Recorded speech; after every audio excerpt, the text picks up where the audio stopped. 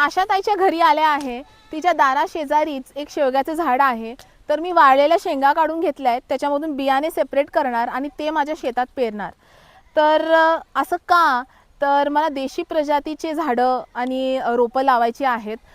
जास्त करून आपण हायब्रिडच पालेभाज्या आणि धान्य खातो, पण मला माझ्या शेतामध्ये प्युअर देसी लावायचं आहे। महत्त्वाचं कारण म्हणजे मला असं वाटतं की देसी बियाण्यांपासून जे रोपं निर्माण होतात किंवा पालेभाज्या होतात, तर ते जास्त न्यूट्रिशन डेन्स असतात आणि शरीरालाही ते मानवतात।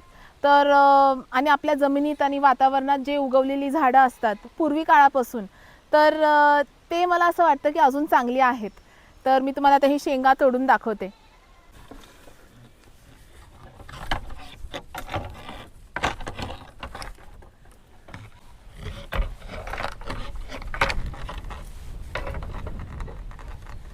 पडल्या मस्त 4-5 पडल्या।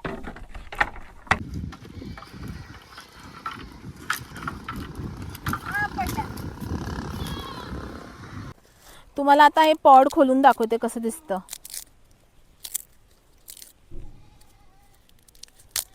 आहा, बघा अशा असतात बिया, एकदम लाईट वेट।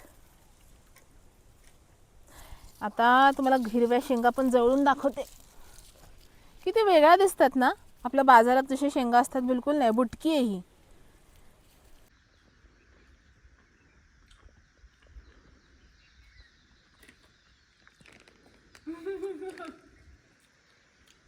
गावरान स्टाईल जेवते।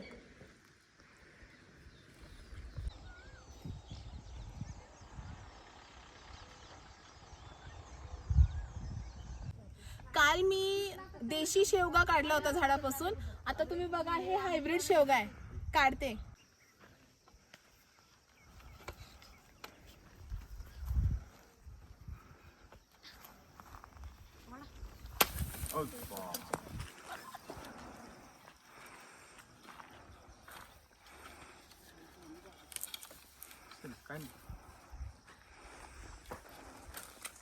हे काढते साईडला।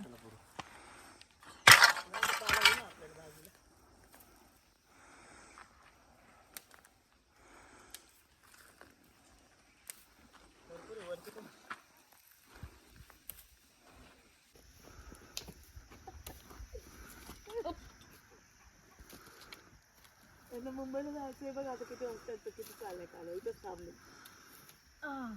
ही लास्ट नाही, सेकंड लास्ट।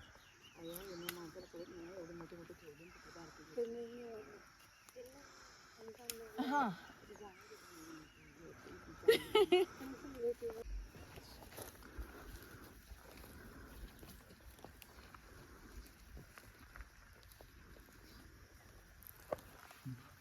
माझ्या आईला शेवग्याच्या फुलाची भाजी खूप आवडते, तर आता मी हे फूल काढणार आहे।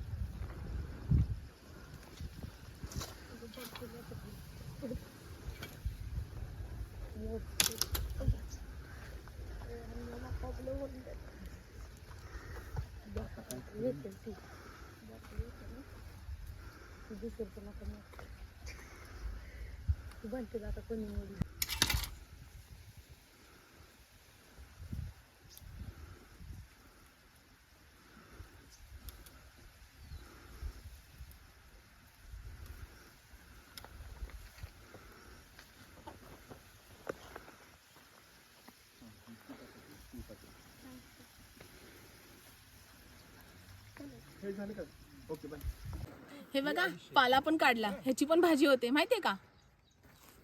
आता मी जमिनीवर आली आहे। आज आपण लेआउट प्लॅनिंग करणार आहोत। ही जिप्सम पावडर आहे आणि 100 फुटाची टेप। तर जिकडे जिकडे आपल्याला होल करायचे आहेत किंवा ढीक करायचा आहे मातीचा, तिकडे आपण रांगोळीसारखी ही आखणी करून घेणार आहोत। मोरिंगाचं झाड 7.5 फुटावर लागतं, अर्जुनाचं झाड जवळजवळ 10 ते 15 फुटावर लागतं। असं आपण 10-10 फुटांनी 15 फुटांनी आपण आखणी करून घेणार आहोत। त्यानंतर आपण ब्रेकर मशीन ही घेऊ शकतो किंवा मातीची ढीक करून आपण झाडं लावायला चालू करू शकतो। तर वेगवेगळे झोन्स पण आपण इकडे क्रिएट करणार आहोत। झोन 1, झोन 2, काही झोनमध्ये आपण धान्य पिकवणार आहोत, काहीमध्ये फळं लावणार आणि काहीमध्ये आपण फ्लोरा म्हणजे फुलं वगैरेची निर्मिती करू शकतो। तर याबद्दलचे पूर्ण व्हिडिओज आणि व्लॉग्स मी या चॅनलवर अपलोड करणार आहे. तर या चॅनलला तुम्ही नक्की सबस्क्राईब करा इकडे. And stay tuned for more. Let's go.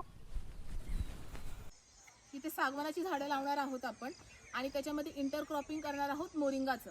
सागवानच्या झाडीला 20 फूट लागतं, 15 ते 20 फूट, आणि मोरिंगाला 8 फूट. तर हे आता आपण 8 फूट पकडले, खाली टाकून घेते. आणि ही आहे जिप्सम पावडर, याला सोलापूरमध्ये फक्की म्हणतात.